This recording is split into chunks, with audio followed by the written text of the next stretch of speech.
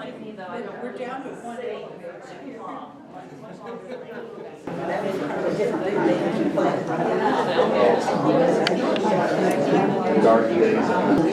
Good morning, everybody. It's time. Welcome to Saturday Matters. I'm Karen Place. I organize this program, and the secret of my success is I get other people to do the work. Don McMillan is going to introduce some neighbors who have come here, and you all know what the subject is, the Wallingford Park. Many of us have really been enjoying that park, and now we're going to try to defend it. So Don will introduce these people who live in Wallingford and are trying to keep it as nice as it can be. So go ahead, Don. And let's... Welcome, everybody.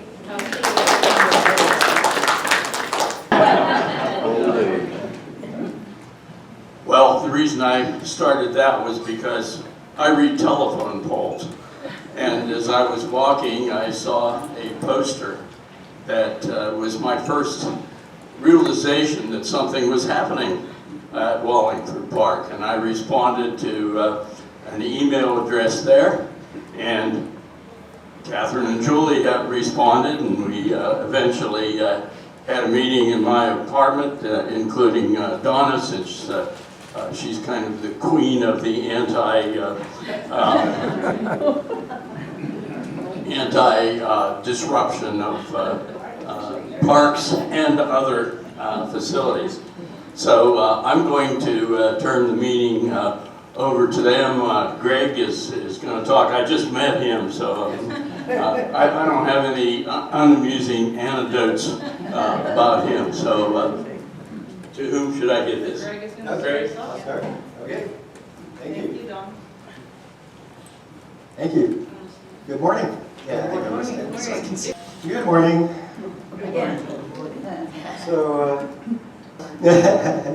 So I'm a neighbor at Wallingford Playfield, and the schools have been very active since the early 90s, actually, and a number of issues regarding both our schools and the park.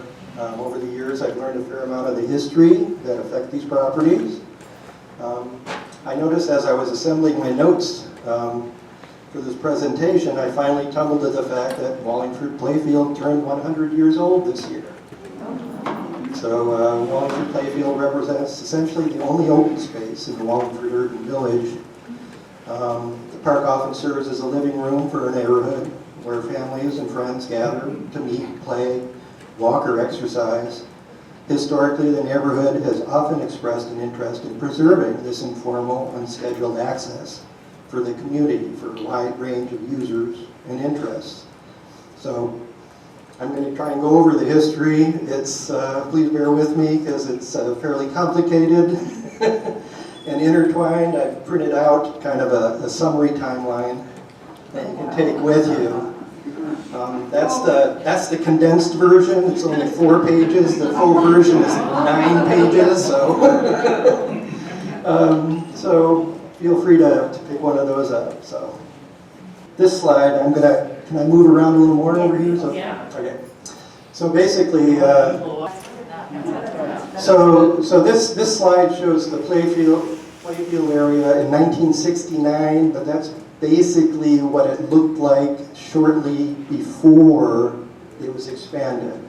So if you look and see the road, the houses on the left, that's where the field goes to. So the original playfield was created in 1924. It was just that one block. That's all Wallingford had. And Hamilton didn't exist in 1924. It was built in 1927. So at that time, shortly after that, in 1949, the Seattle Planning Commission was reviewing the city features, and recommended basically that Wallingford was one of the few communities that has no community center. And we still don't have a community center. It was identified again in the Wallingford planning process in 1996 that we still don't have a community center and lacking in open space. In the 50s, there was an attempt to increase the size of the park, and we would basically, they were proposing to do the block that's just east of Hamilton. So rather than going north of Hamilton on the west, it went to the east, and also to build a community center at that time, either at Lincoln or Hamilton or at the new park.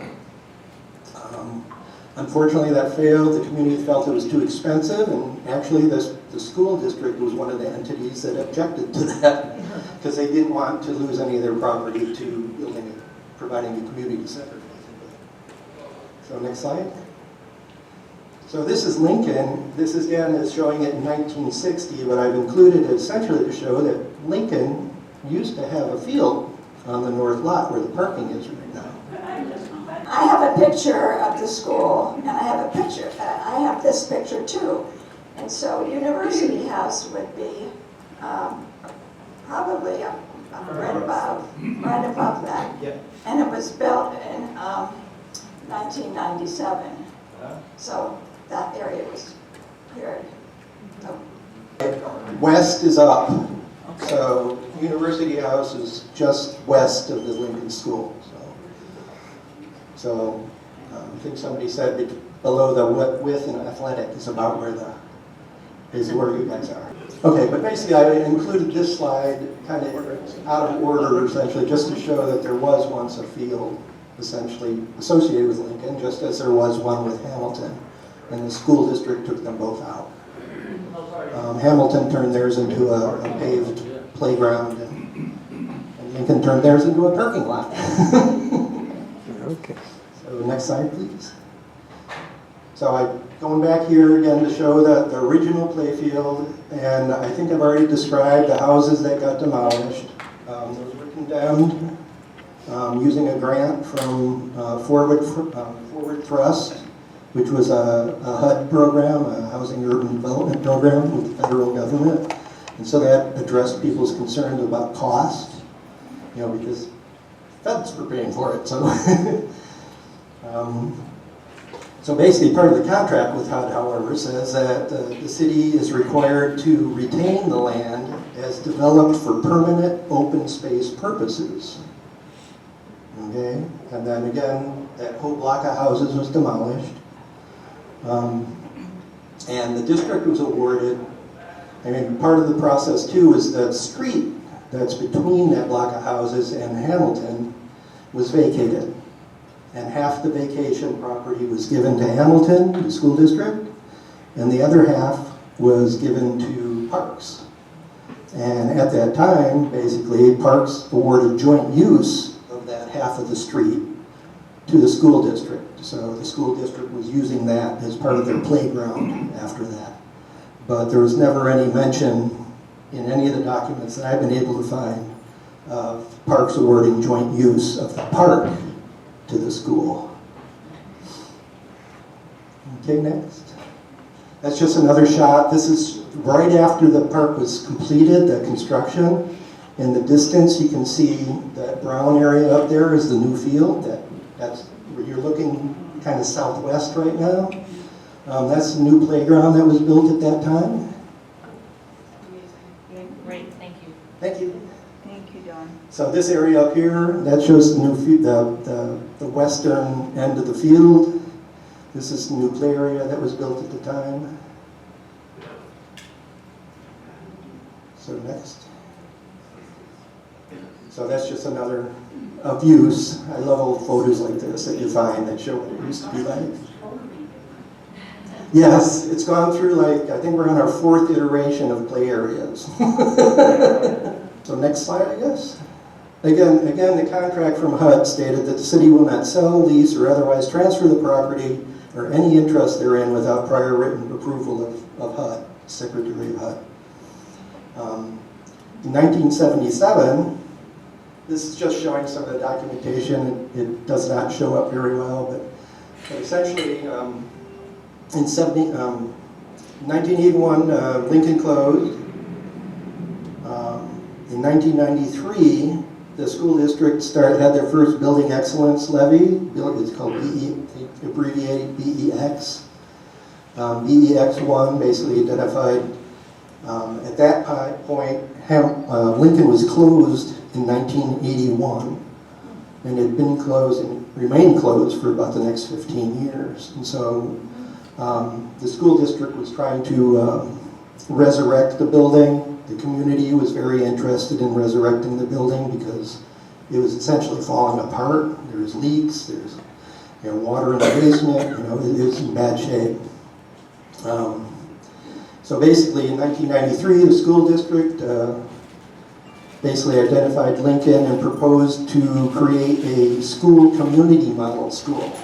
The goal was to basically move Hamilton to Lincoln and use the extra space to provide social services, associated services, Boys and Girls Club, maybe a daycare, the place for adult classes, kind of getting some of the community services in an accessible location. So also this is the front page from the Wallingford Neighborhood Plan, which basically duplicated the exact same support. So the district was saying it, the community council was saying it. There was a joint committee formed to analyze the future uses of Lincoln that also supported it. So the support was very big for moving Hamilton to Lincoln, which ultimately did not happen.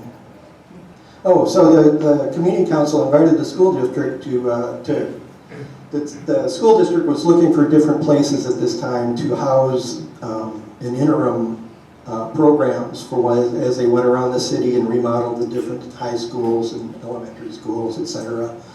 And they were completely unsuccessful at finding a place to site them.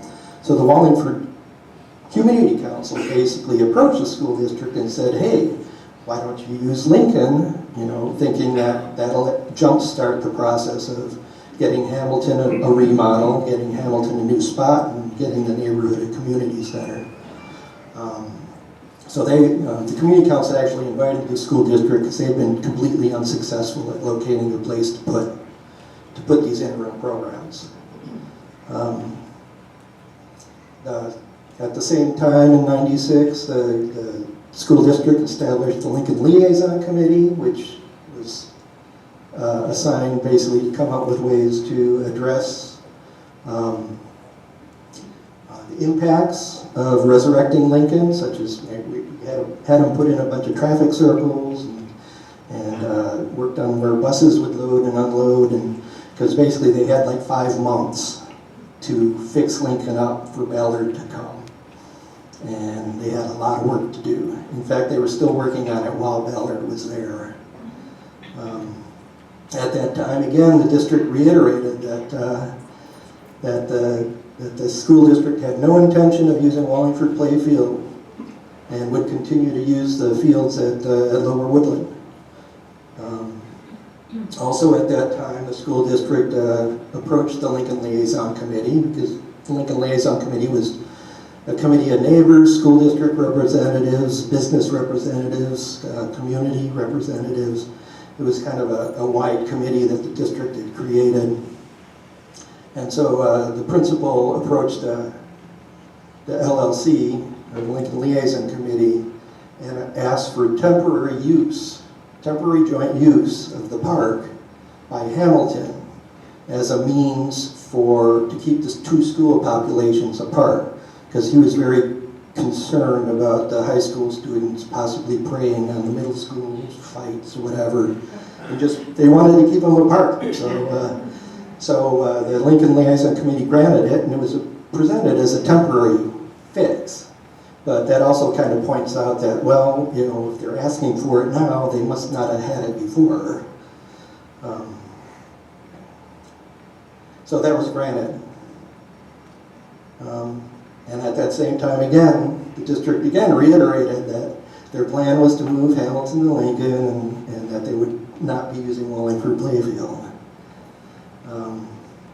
Also in that same time is when the city council codified an item called Initiative 42, and it was concerning parks, and basically established the net effect was that you have no net loss of park property in the city. So what it said was that if you do want to change a use of a park, you have to provide an equivalent place, equivalent size, equivalent, basically it's got to be equivalent, serving the same purposes and serving the same community and in the same vicinity, which, as most people probably know, there aren't a whole lot of places like that remaining in the city. The center slide, basically, there was a dust-up in 1998 when Parks kind of spontaneously decided, oh, well, we're going to start scheduling the park. And it was a lot more extensive than it is shown here, so there was a series of meetings that basically resulted in the fact that this is a letter from Ken Bounds to the community council committing to only scheduling youth sports there. The idea being that's why we have the kiddie soccer there today, which everyone, it's low impact on the field relatively compared to adults, especially adults with cleats, and so that was awarded at that time. Also at that time, Councilmember Nick Licata, he had some interesting comments about it, about unscheduled use basically.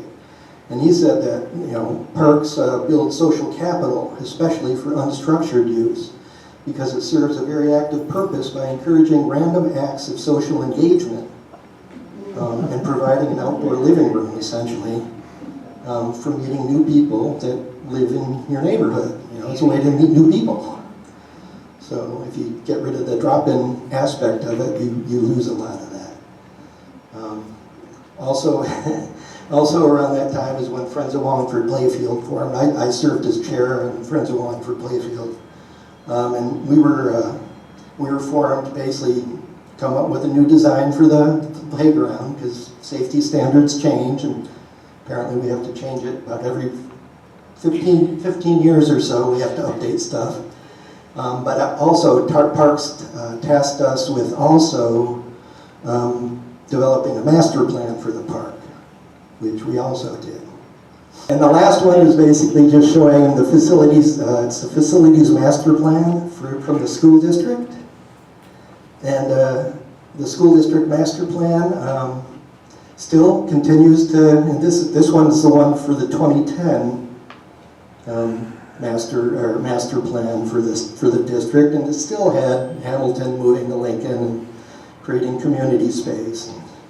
So that was even after Hamilton was being redone. They still had it in the master plan that it was supposed to move to Lincoln. But. Okay, now next one. So on the left there is the master plan that we came up. It's kind of hard to see.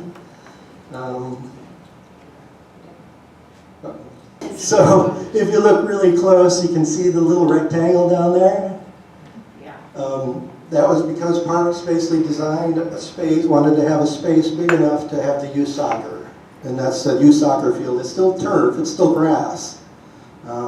It's not artificial turf, but that again was to accommodate the youth soccer use of the field. And the other aspect, you can see the playground. That's basically how the playground ended up doing. The tennis courts are up near the top. Hamilton would be off to the right of that. You can see the perimeter path that's still there today. These are all features. We had over 350 families involved in the design of the park. So we solicited all kinds of information for what people wanted to see there. And we tried to make it as multi-use and accessible as possible.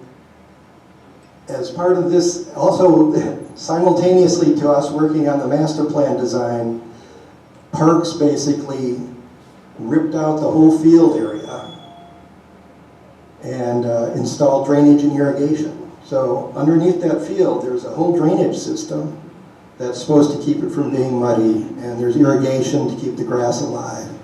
Part of the issue we have with it is that Parks doesn't maintain it. Because a grass field like that, and this is what Parks designers told me, as part of the grass field like that, with the grass clippings, they're supposed to pick them up because it's got a drainage system underneath. It's a sand-based field with drainage underneath, And if you leave the grass clippings there, it forms this layer on top and plugs it up. So they never clean that up. And so that's one reason. There's multiple reasons why it's muddy, but that's one of the main reasons. Another reason is that they no longer close it in the winter like they're supposed to, because it's a grass field. It's living. You need to close it in the winter time, and then in the springtime you top dress it and reseed it if it's necessary, and sand it to get it back to being smooth and ready for the next season. I'm confused though. Also at this time, in 1999, parks have been getting multiple complaints from communities because they would come in and basically just do stuff or tell you it's a done deal or tell you. So they issued a brand new public involvement policy to address the fact that they weren't notifying affected communities of major changes in the use of their open space. So FAUP, Friends of Wallingford Playfield, secured, we built this thing and designed it using multiple matching grants from the city. So basically the way that works is community provides the sweat equity and donations, and the city matched it dollar for dollar. I think they paid us $15 an hour. So we can generate funds and get those funds from the city to match the expenses that we have. And over the course of many years, we ran multiple weekend work parties. We ultimately, the community basically built the play structure that used to be there. We did it over 3 weekends. Everybody, it was like building an erector set, basically. Had everybody come out. It was quite an experience. And the park opened in 2003. So now the park's totally done. It's got a new field, it's got a new drainage system, it's got a new master plan, it's got new facilities. And then in 2005, the school district removed Hamilton from the BEX2 package, the Building Excellence Fund package. That was another levy, and assured the community that Hamilton will move to Lincoln on schedule, assuming that BEX3 passes, which it did, but they still didn't do it. Also, on the school design team for Hamilton, I served on the school design team at Hamilton, and as part of that, it soon became apparent that the school district had approached the parents at Hamilton and apparently told them that Hamilton and Lincoln isn't going to happen, right? And it's not an option. It has to be Hamilton and Hamilton unless you wait another 6 to 8 years. Now remember that Hamilton was supposed to move in 1999. We're already 2005, and it still hasn't happened. And they also basically said later, not only might you have to wait 6 to 8 years, it might never happen. So apparently, basically the Hamilton parents were a bit irate. And this kind of falls into one of the district's favorite methods, which is to basically get people kind of pitted against each other to duke it out. And then they clean up the damage. So what I was trying to show here, it's a little hard to see, but the 2 red circles, the large one is the Lincoln campus. The pointer's battery is dead, sorry. Yeah. And the smaller red circle there is the Hamilton building. And you can see the cross-hatched area there, that's the park. And basically what that was trying to show is that the campuses are very, very tiny. The Hamilton campus, the district recommended minimum size is 12 acres. The Hamilton site is 2. For a high school, the minimum size for district standards is 17 acres, and Lincoln is 6.7. So they knew they were dealing with small sites. This should have been incorporated in some of their planning. In 2007, BEX3 was approved, including again funding for Hamilton. And in 2007 also, the Community Council requested mediation with the school district to kind of resolve some of the dust up that was happening between the Hamilton parents and the community to try and, because part of the proposal for the Hamilton project was to take a portion of the park at that time. And so there was concern, we were trying to push them back, you know, say, stay on your property and, you know, share the resources. But the school district refused. Next slide. Or is that, back up, sorry. I didn't do the next. So that was basically a letter from the mayor that kind of talked about the outcome of some of the experience with the Hamilton project. One of the things we were promised is, as a trade-off for some of the impacts they were having on the park, was that the gyms and the washrooms would be open year-round. One problem at the park is that the washroom is typically closed in the wintertime. Having access to the gym there would have been useful. So they committed to that, but then when the time came, they never did it. And they, you know, after they were done with Hamilton, we go, what's going on? You know, when are we going to get access? Oh, well, we can't do that. We don't have money. So they backed out of that. At that time, some of the feedback in the press was pretty interesting.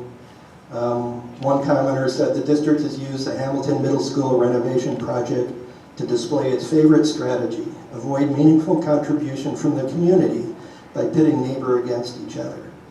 And another person said, Seattle schools convinced many in the school community that if Lincoln continued to be the preferred location, it could not guarantee ever remodeling the school. So you understand why the Hamilton parents were a bit concerned. You know, it was supposed to happen in 1999. So,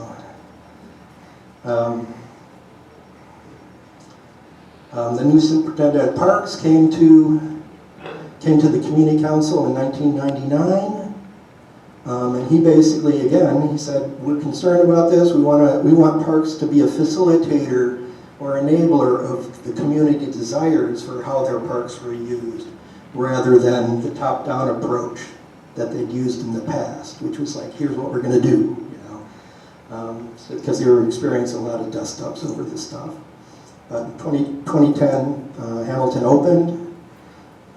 It was interesting because Hamilton opened in 2010.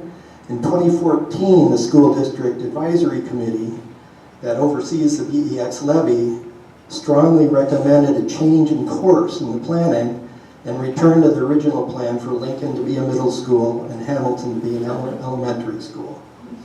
But that was basically after Hamilton was done, and nothing other became of that.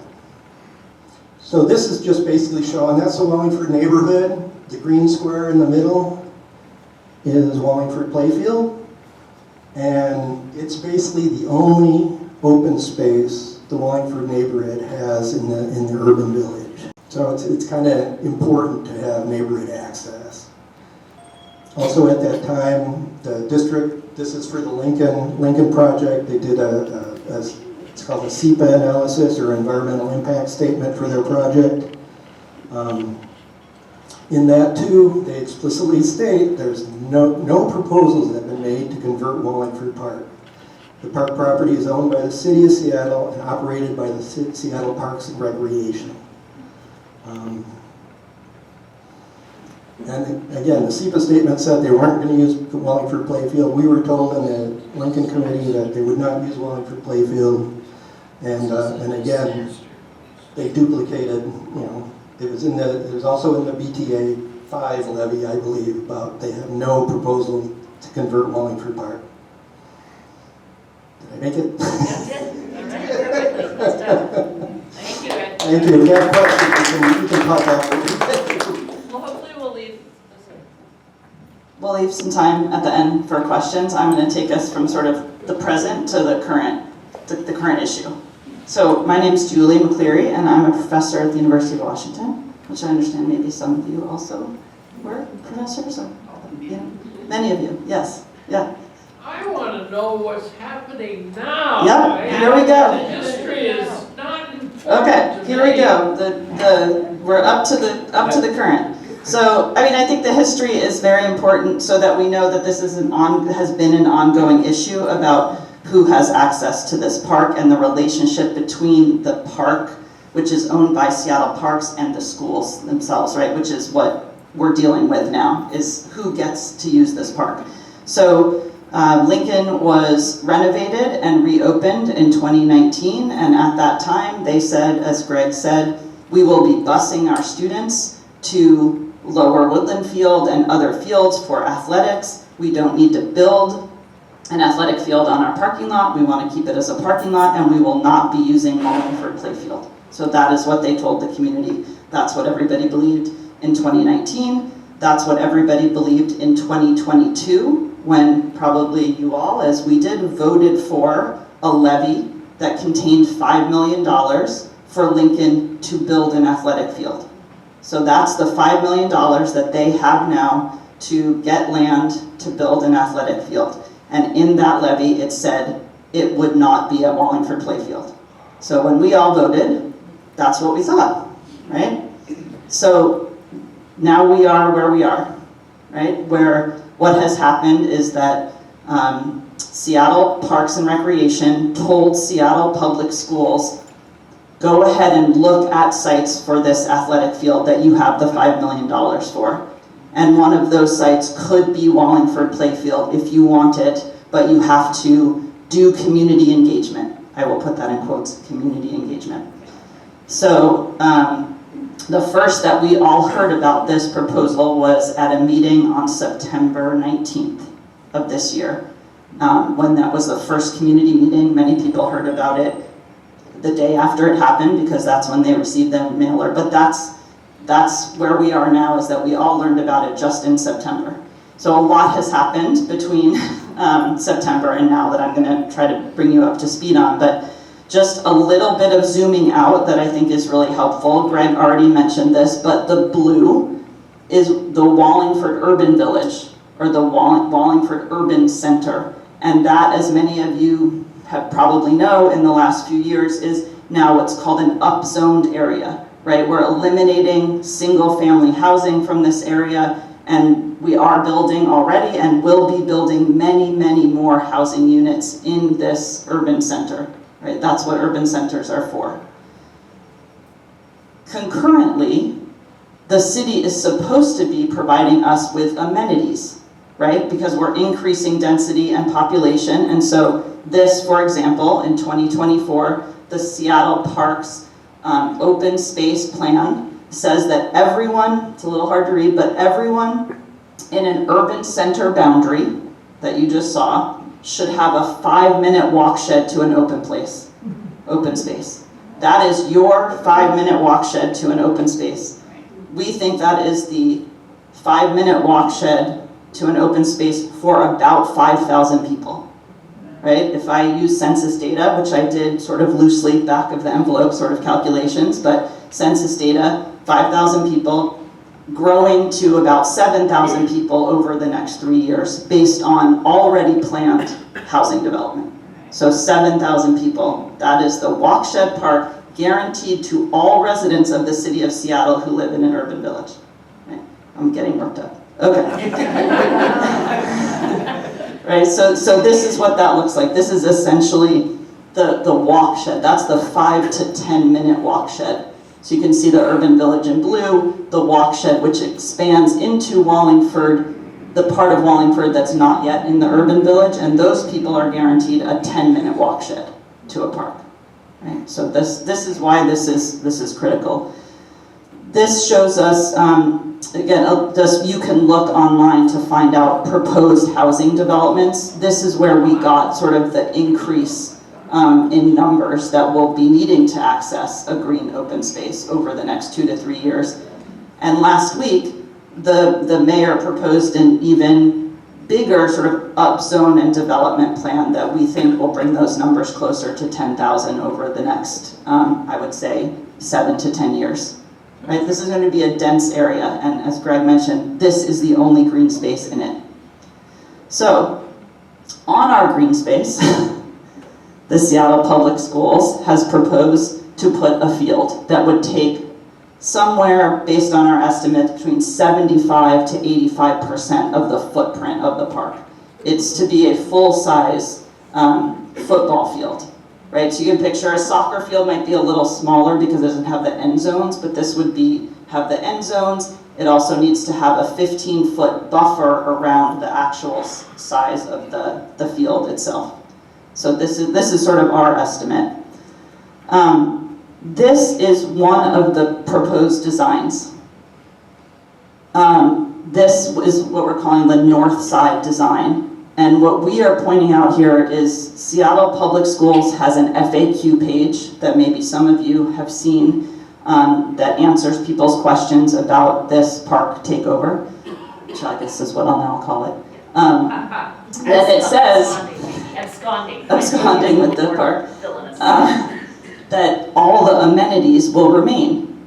We find that to be a very misleading statement. So in this design, the park is over the playground. The playground would be relocated to the wading pool would be relocated to these two areas here on the south side.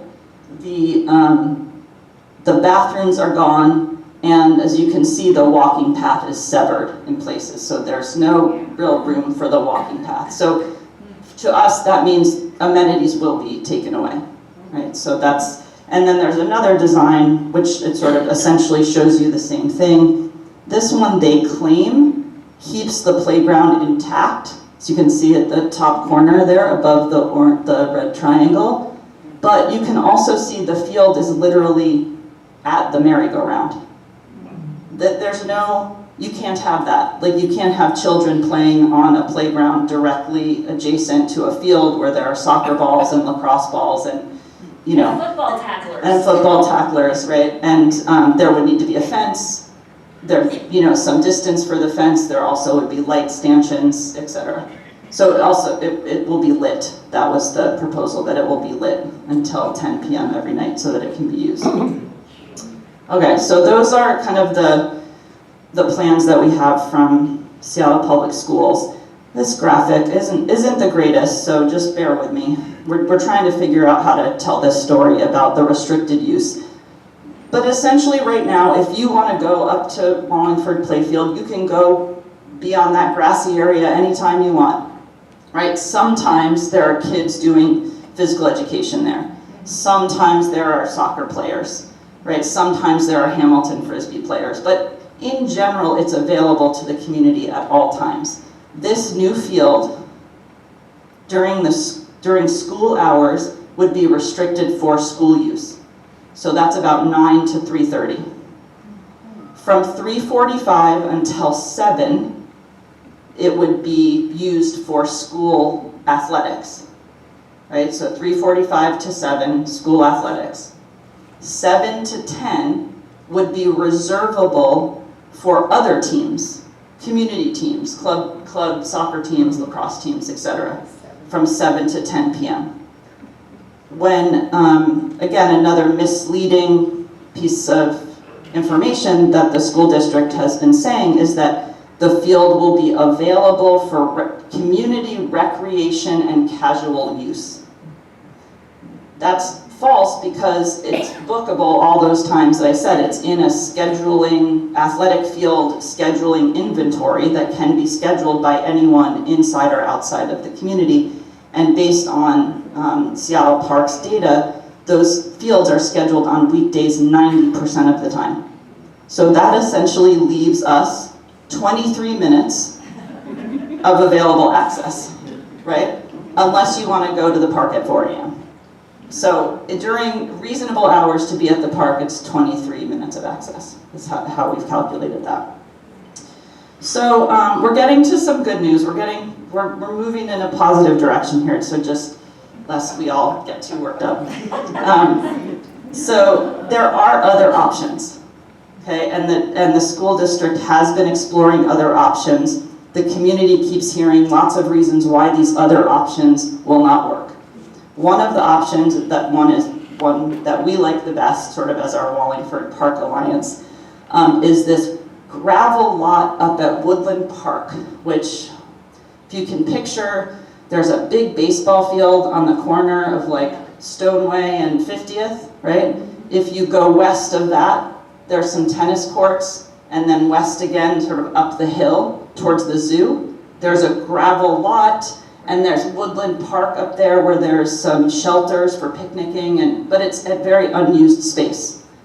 So we think that would be a great place for this field. It's walkable distance for the students, which is something they're very interested in, understandably, as they should be. And I want to just pause for a moment and say, I am 100% behind those students having an athletic field, right? Like, like they should. And we said that to the school district early on, that it is not fair that they would be the only comprehensive high school without a field. So we support their need to have a good and safe place, an accessible place to play. We think this is a really good one. The problem that we have been told at this point is that gravel lot, there may be, we've yet to find it, but some people believe there is an agreement between the zoo and Seattle Parks that the zoo can use that gravel parking lot 13 times a year for overflow parking when they have zoo tunes.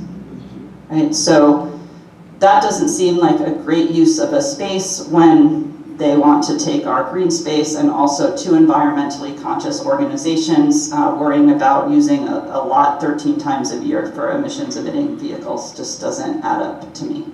Right? It's also a place where there have been homeless encampments that have to be sort of swept in order for folks to use the space up there. So we think that's a good option. There's another very good option, Queen Anne Bowl, which is across the bridge, across the Fremont Bridge, and just kind of up First Avenue on Queen Anne on this north side of Queen Anne.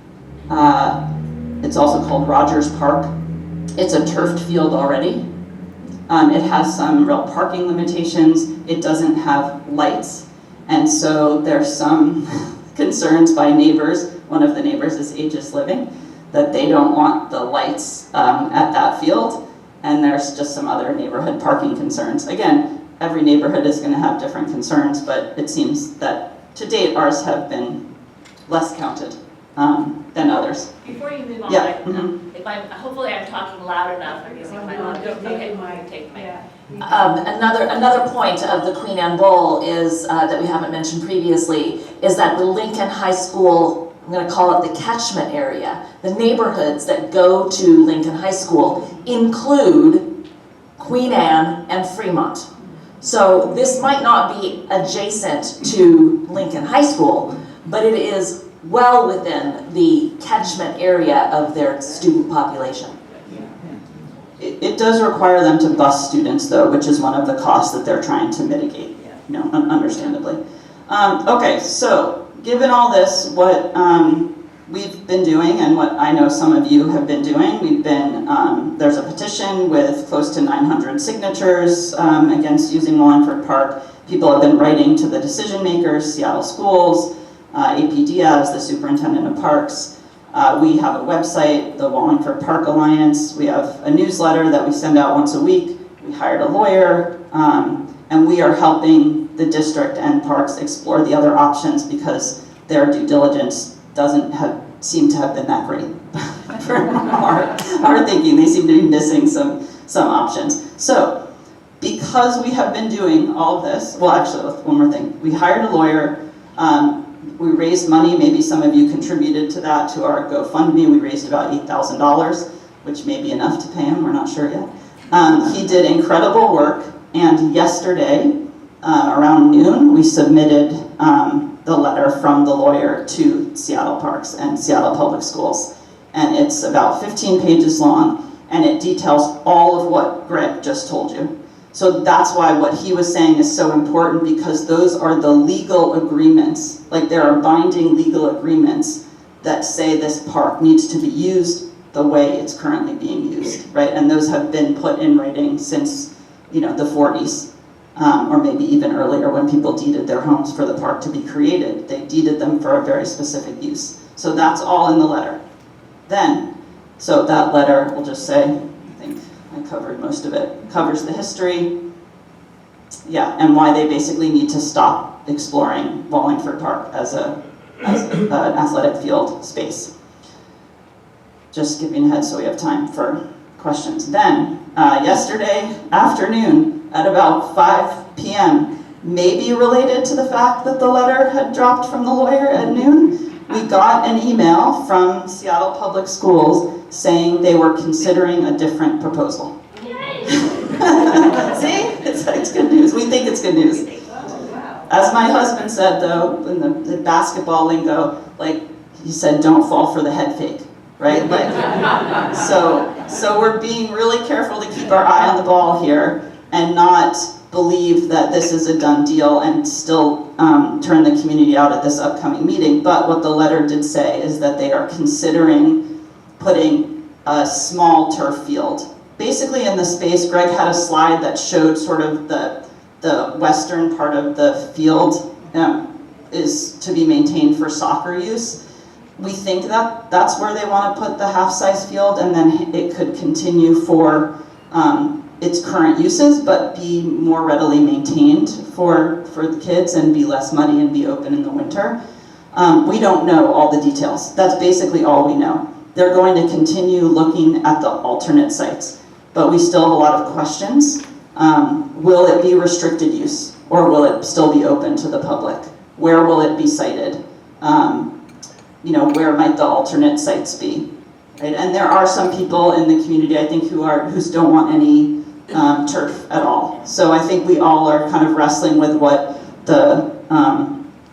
is going to happen now.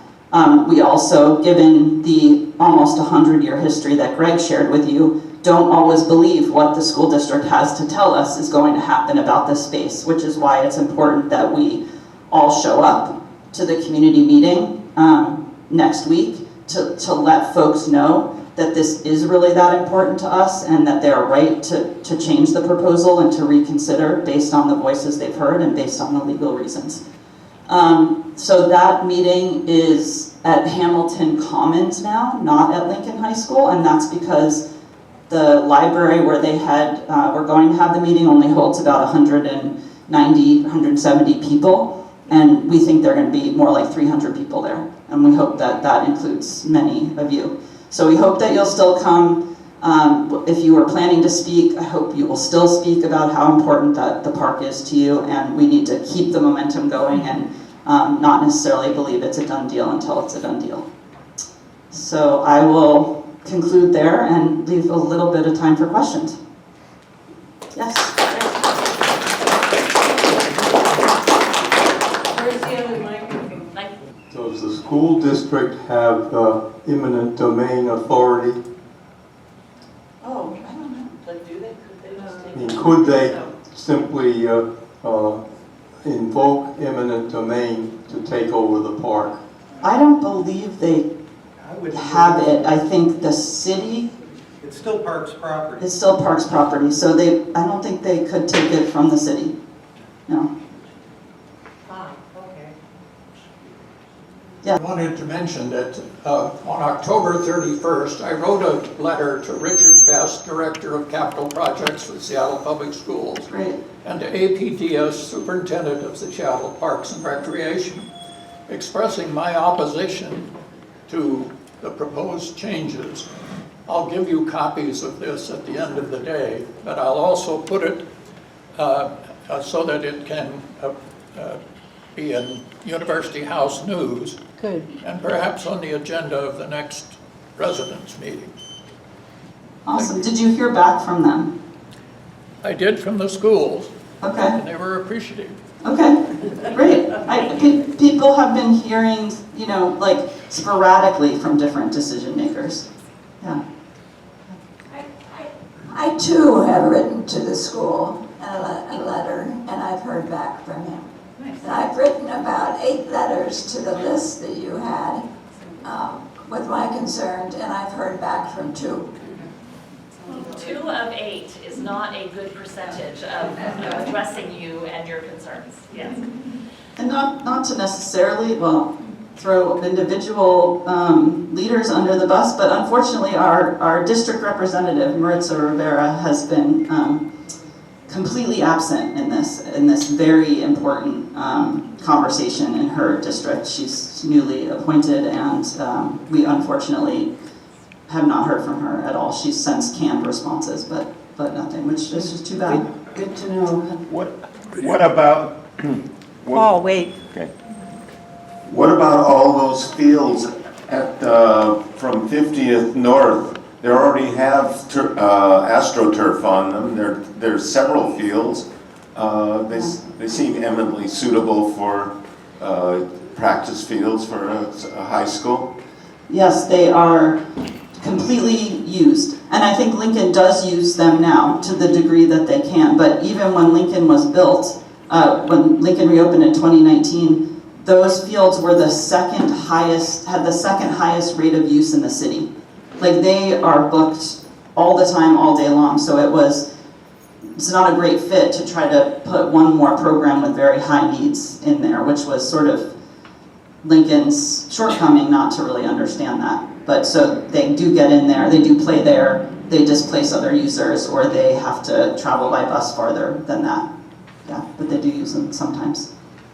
I'm like a non sequitur and I want to follow up, but how many parking spaces are there associated with Hamilton School? Hamilton. Do you know, Greg? Would you repeat the question, please? I have more to say.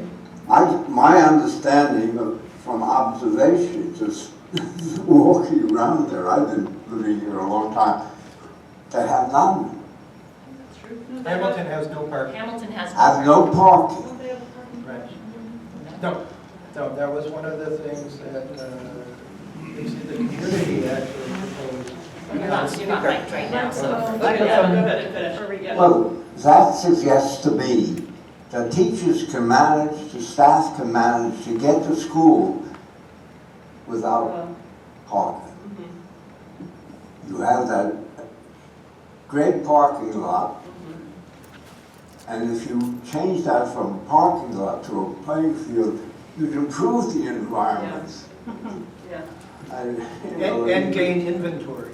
Yeah. I'm sorry? You're gaining inventory also, Of as what? far as Yeah, parks. but I mean, that seems it's to a be good an field. ideal spot for the players field. Yeah, that was on the list of other options that we've all sent. That seems like a really ideal place for the students.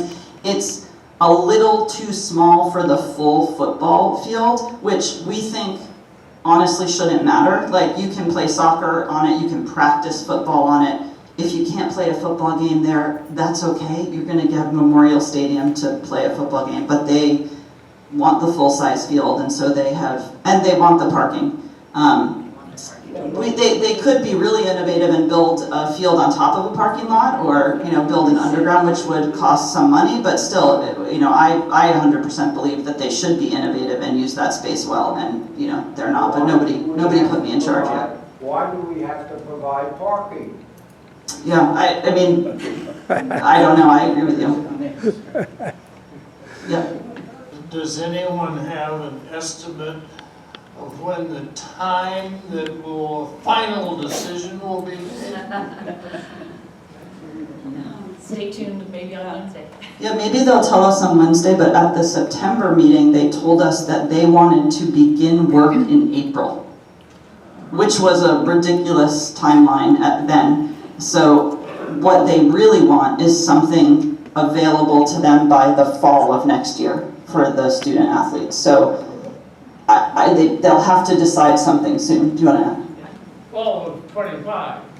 Yes, that would be, yes, they need something fall of 25 because Memorial Stadium, which by the way also is owned by Seattle Public Schools, is going under renovation and will be unavailable for all of the events that go on there, in not only sports events, but also graduations, etc. So they have SPS has very big events there. Yeah, on Wednesday, I bet they will tell us more about their plan. I just have a question. Is there anyone here who has a student over at Lincoln or Hamilton? None of us do. Do we have any In this case, grandchild. any grandchildren? I had a grand. Had one. You have two? Yeah, have you chatted with them about it? Do you want to tell us about it? I don't know much about this. I don't know about this issue. They're quite happy over there. The one is a runner, so she runs all over town. Awesome. Yeah, I had a son who played football there for 2 years, but he just graduated. He's in college now. So, yeah. Another comment? Right behind you. Right behind me. Okay. What had happened with the original issue of Hamilton moving into Lincoln? Is Lincoln going to be there forever, or do we even know? Especially with all the schools that are going to need to be closed, considering the budget. I'm not privy to the school closure decisions, but I mean, Lincoln is now the biggest high school in Seattle. I don't think it's going anywhere, and as far as I know, they're going to keep it the way it is. One thing I will add, which Greg alluded to, but I think is worth noting, is we still don't have a community center, and we are still the only community in Seattle without adequate access to a community center per Seattle Parks and Recreation. And so the Hamilton not moving means we can never have that site as a community center, which was sort of the promise over all of those years. And so I should have said that earlier on, because the removal of this amenity, right, is more impactful in this community because there are no other recreational amenities within the mile walk shed that you're supposed to have for a community center. So that's a big one. One thing, what Catherine had wanted to say is that Queen Anne Bowl, one of the options I showed you, they are going to be using that, they have said, as an interim site. Maybe in 2025 in the fall if they don't have their full field completed. But they do seem to have some options that they're figuring out. I would just like to say something, that one of the things that I made a choice of where I was going to live was the environment that surrounds us, the open space and the walks that we could take to the park. And without that, I mean, we don't have any recreational area for ourselves. And so I think it's important that we all write letters, get the word out, because, you know. I left, Jerry and I left on your shelves information about what's happening. I have received a few written letters that I will hand to the committee, but I think most of you who are responding have been responding directly to the parks and the school. I'm not sure whether you have up-to-date addresses, but I'm going to put this on the University House newsletter so that you'll have addresses that you can respond to, and I'll try to get that on in the next day or two. I think about 7 or 8 people have told me they have sent letters, and 2 or 3 have also given me hard copies of those letters, but I don't really have any good feel for how many of you are responding to the appropriate authorities. So I will see that this gets around, and I hope that you will respond. Now, regarding the meeting on the 20th, the change in address has made it a little more difficult for some of you to walk. I had spoken with Phyllis, our executive director, about the possibility of using one of our travel buses to take people over, and she hasn't committed to that, but she seemed pretty positive about the idea, and I think that can possibly be done. So I'll be communicating with you in the near future about whether or not we have a bus that we can send over to that meeting for those of you who would like to go. I'd be delighted if we needed 2 buses, so we'll wait and see. Will there be representatives from the school department and the parks department at the 20th meeting? There will be. They both are going to be presenting, and then there will be some public comment time, we understand, about 1 minute each for public comment, and we're hoping also opportunity to ask questions. And they do know that many of you might come, and so they know that they're prepared to provide seating, because some of this will be standing room, but there will be sufficient seating, and hopefully the bus works out and you all can be there, those of you who want to. Excuse me. I was just wondering if Magnuson Park is too far away for them to consider? Yeah, I think so. Busing costs are so high. I think busing anywhere is hard, and that's what they're trying to avoid. But I think Magnuson is far. But the good news is that there's some renovations going on at Magnuson to add fields, which will sort of take weight off of other places and create more space for everybody. So the Magnuson Park is a great space for the athletic field builds that are happening now.